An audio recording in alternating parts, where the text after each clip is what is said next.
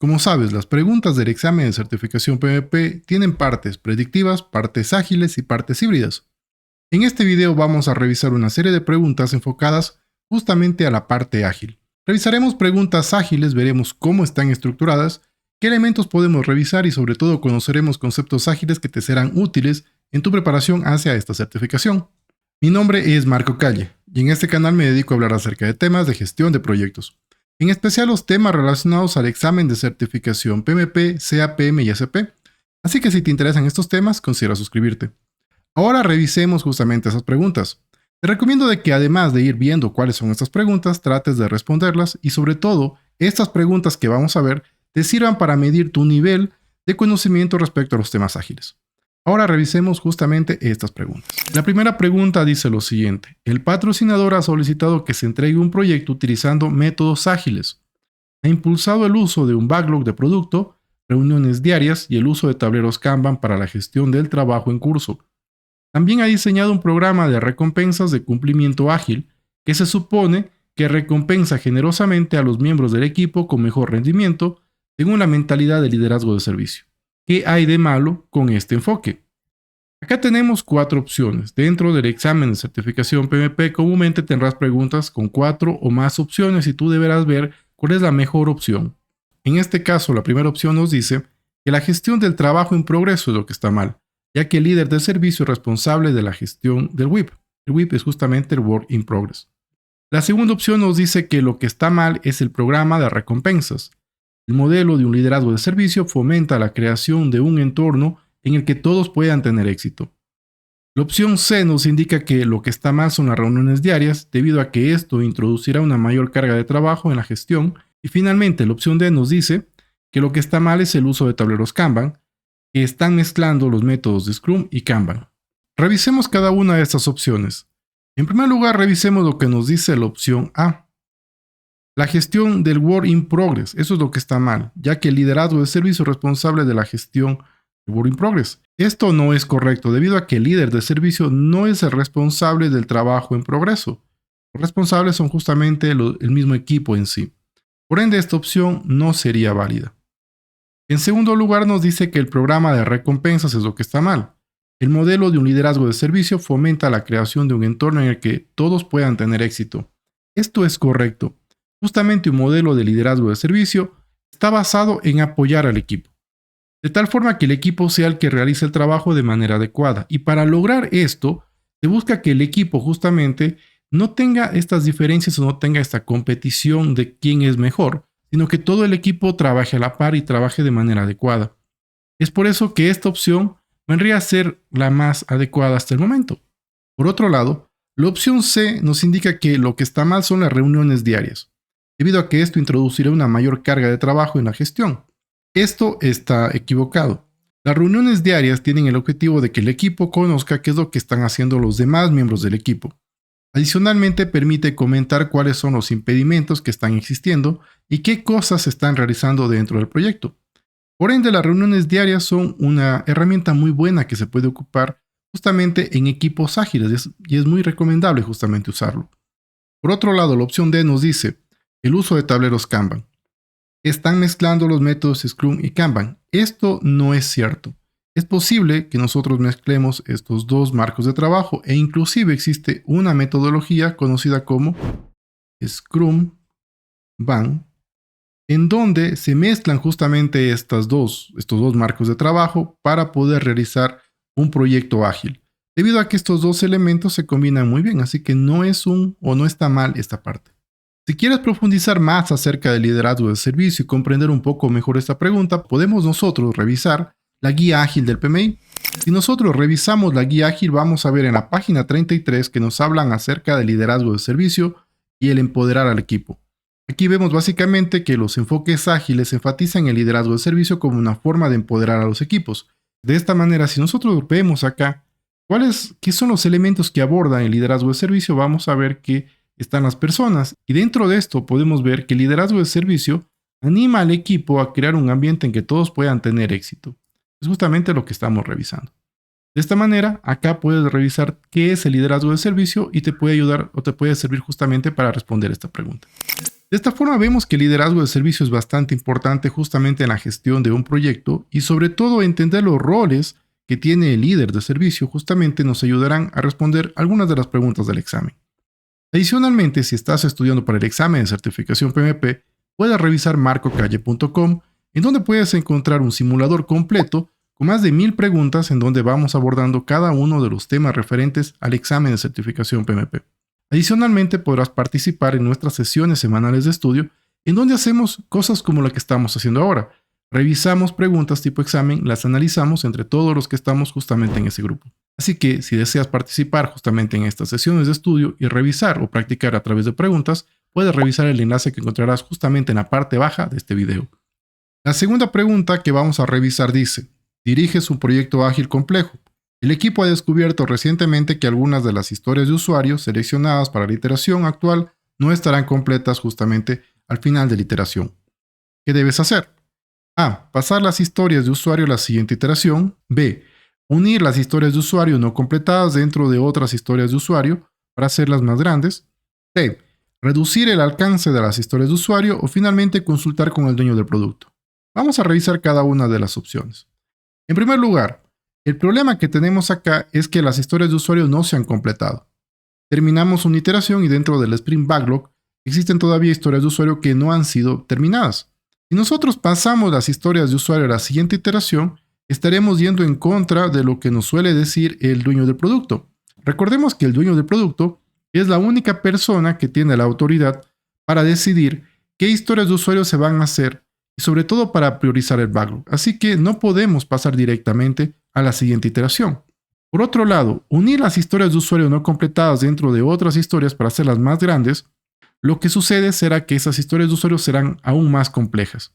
Y esto no necesariamente ayudará a que se terminen las historias de usuario que tenemos. Por otro lado, reducir el alcance de las historias de usuario no es una buena práctica, debido a que si nosotros reducimos el alcance de una historia de usuario, no estaríamos considerando los requerimientos ni tampoco el hecho de la definición determinado que tendría la historia de usuario, y por ende esa historia de usuario muy posiblemente no funcione bien. Finalmente, lo que sí deberíamos hacer es consultar con el dueño del producto. El dueño del producto es la persona que va a priorizar el backlog y justamente en función de esa priorización el equipo sabe o define qué trabajo va a realizar para la siguiente iteración. Así que consultar con el dueño del producto sería lo más adecuado. Si quieres conocer más quién es el dueño del producto, puedes revisar justamente la página número 41 de la guía ágil. Ahí se indica justamente cuáles son las funciones del dueño del producto.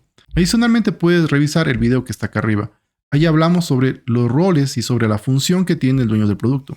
De esta manera es importante conocer qué hace el dueño del producto y sobre todo conocer y estar claro por qué necesitamos conversar con el dueño del producto para esta pregunta.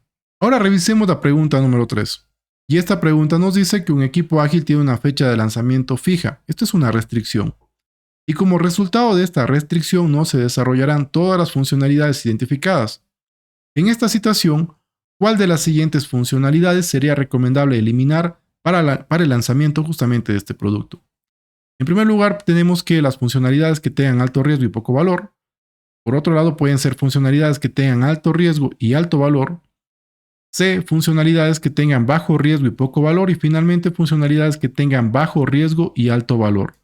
Aquí hay elementos que necesitamos entender de esta pregunta. En primer lugar, justamente tenemos que algunas funcionalidades no podrán ser realizadas. Eso nos indica esta pregunta. No se podrán desarrollar todas las funcionalidades.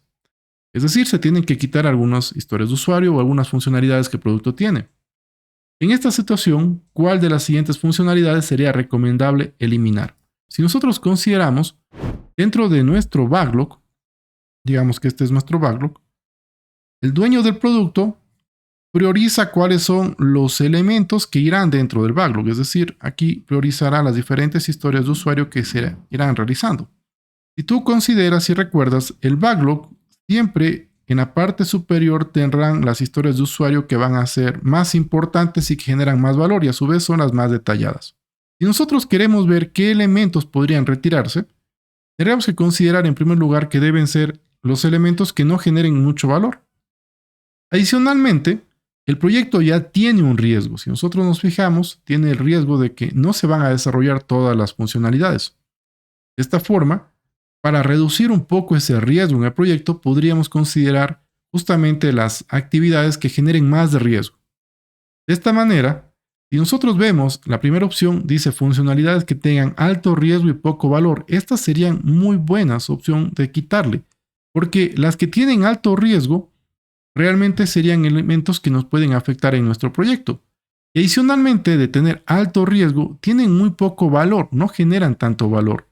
Por ende, si nosotros retiramos estas funcionalidades, no afectaríamos mucho al proyecto o al producto que estamos desarrollando porque al final no generan mucho valor, sino lo que generan es bastante riesgo.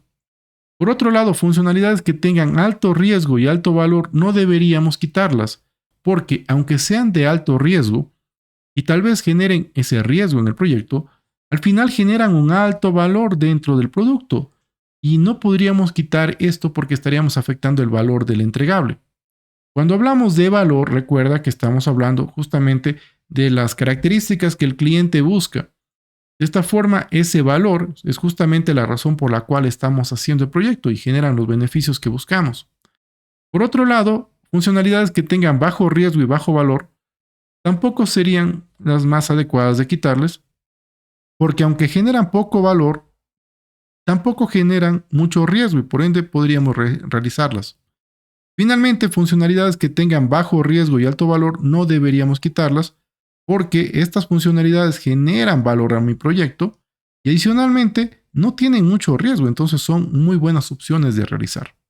Si quieres profundizar un poco más de este tema, puedes ocupar o podrías revisar el libro de Estimación y Planificación Ágil de Kohn. En este libro, si vamos a la página 80, vamos a ver los factores de priorización y justamente aquí hablan de que se deberían priorizar justamente esos elementos dentro del negocio que generen valor. De esta manera, nosotros tendríamos que considerar justamente los elementos que más valor generan, serían los que nosotros priorizaríamos principalmente en la generación de nuestro producto. Adicionalmente, nos indica que deberíamos considerar elementos que permitan retirar o remover el riesgo justamente o la cantidad de riesgos de nuestro proyecto. De esta manera vemos que los elementos que se deben priorizar justamente dentro de un proyecto son los que generan valor y adicionalmente que permitan inclusive retirar los riesgos.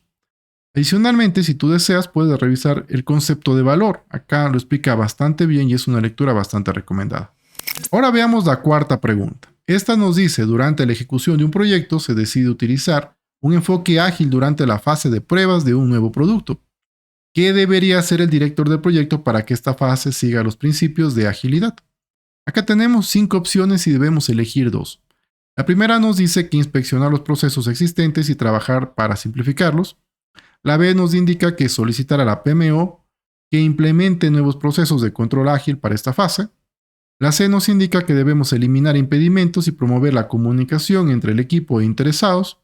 La D nos indica que debemos solicitar al equipo que desarrolle nuevos procesos para controlar los cambios de esta fase y finalmente contratar un líder ágil para que dirija al equipo en esta fase. Vamos a revisar cada una de estas opciones.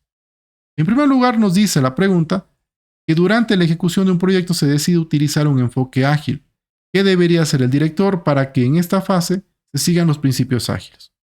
Bueno, en primer lugar nos dice que inspeccionar los procesos existentes y trabajar para simplificarlos, y eso es justamente lo que nos indican los principios ágiles.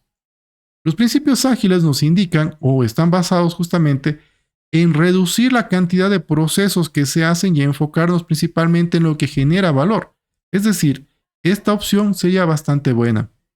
Por otro lado, solicitar a la PMO que implemente nuevos procesos de control ágil estaría en contra de los principios, porque si nosotros dentro de un proyecto ágil buscamos reducir la cantidad de procesos, este elemento de acá lo que estaría haciendo es aumentar aún más estos procesos.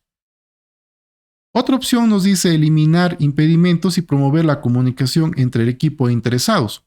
Y esto es justamente lo que hacemos en el liderazgo de servicio, eliminar impedimentos y promover la comunicación en el equipo para que el equipo tenga éxito. De esta forma, esta también sería una muy buena opción. Solicitar al equipo que desarrolle nuevos procesos para controlar los cambios también estaría en contra de los principios porque estaríamos aumentando los procesos en lugar de reducirlos y simplificarlos. Y finalmente, el hecho de que nosotros contratemos un nuevo líder ágil para esto no necesariamente significa que el equipo va a seguir los lineamientos ágiles. De esta manera, estas dos opciones serían las más adecuadas para esta pregunta. Y esto lo podemos revisar justamente en la guía ágil. Y nos dice aquí, los líderes de servicio eliminan los impedimentos organizacionales, que es justamente lo que primero vemos. El líder de servicio busca que el equipo pueda realizar el trabajo. Para eso, libera o elimina justamente estos impedimentos que la organización puede generar a través de diferentes procesos con el objetivo de que el equipo pueda realizar el trabajo. Adicionalmente, si vamos a la página 98 justamente de la guía ágil, vamos a ver uno de los principios justamente del que habla es la simplicidad, el cual es el arte de maximizar la cantidad de trabajo no realizado. Y esto es esencial. ¿Qué significa esto? La simplicidad es el arte de realizar lo necesario, lo que necesitamos hacer en el proyecto. Simplicidad en los procesos nos puede ayudar justamente a tener un mejor desempeño ágil. De esta manera, no el hecho de realizar mucho trabajo o muchos elementos o muchos procesos realmente apoyan al proyecto, sino que podemos trabajar a través de la simplicidad, haciendo procesos los más necesarios posibles. Podemos tener un rendimiento mucho más efectivo dentro de nuestro proyecto. Ahora veamos la quinta pregunta. Un proyecto ágil tiene varios equipos trabajando a la par. Uno de los equipos está desarrollando la interfaz del sistema, pero no puede avanzar debido a que el equipo de hardware ha tenido problemas y ha retrasado uno de los entregables que el otro equipo requiere. ¿Qué debería hacer el director del proyecto en este caso? A. Utilizar técnicas de motivación en ambos equipos para lograr un mejor trabajo justamente con el equipo. B. Solicitar al dueño del producto que realice una repriorización del backlog. C. Escalar el problema al patrocinador. O D. Tener reuniones separadas con cada equipo y fijar metas de cumplimiento. Vamos a revisar estas alternativas. En primer lugar, tenemos que ver que el problema que tenemos acá es de que el equipo no puede avanzar debido a que uno de los equipos que nosotros necesitamos, uno de los entregables, no avanza a tiempo y hace retrasar al resto. De esta manera, si nosotros utilizamos técnicas de motivación en ambos equipos, no necesariamente podemos resolver el problema. El problema no es que el equipo esté desmotivado, ni mucho menos que el equipo no quiera realizar. El problema es de que el equipo no avanza tal vez con la cantidad de trabajo que tiene. Por otro lado, la opción B nos dice que solicitar al dueño del producto que realice una repriorización del backlog. Esta opción sí nos puede ser válida, porque el equipo podría realizar otras tareas en función de lo que está repriorizado. Es decir, el dueño del producto se sienta, revisa el backlog y ve qué elementos necesita cambiar con el objetivo de que los equipos tengan trabajo que estén desarrollando y que ese trabajo esté orientado a generar valor dentro del proyecto en sí. Escalar el problema al patrocinador es algo que nosotros no deberíamos hacer de primera mano o como primera opción. Escalar siempre es una opción, pero deberíamos hacerla cuando se escapen de la autoridad del director del proyecto. En esas ocasiones, cuando ya el director del proyecto intentó solventar el problema y no fue posible y necesita la ayuda del patrocinador, en ese caso escalaremos. De manera general, cuando tú veas el tema de escalar, piensa que esta es la última opción que debería realizar el director del proyecto, porque el director del proyecto tiene que ser proactivo y tratar de resolver los problemas que existen. Finalmente, tener reuniones separadas con cada equipo y fijar metas de cumplimiento realmente no serían tan útiles, porque aunque tengan metas de cumplimiento que seguramente las tienen, no necesariamente esto ayudará a que los dos equipos puedan trabajar de manera adecuada y puedan unir sus objetivos que tienen, lo que sí logramos a través de una priorización o una repriorización del backlog. Si quieres profundizar más sobre este tema, puedes revisar justamente la página 52 de la guía ágil del PMI, la cual nos habla del perfeccionamiento del backlog o la repriorización del backlog o el grooming también conocido. De esta manera, esta lectura puede ser útil justamente si estás estudiando. Recuerda, si quieres aprender más acerca del examen de certificación PMP, puedes revisar justamente el video que encontrarás en la parte de acá. Saludos y nos vemos en la próxima sesión.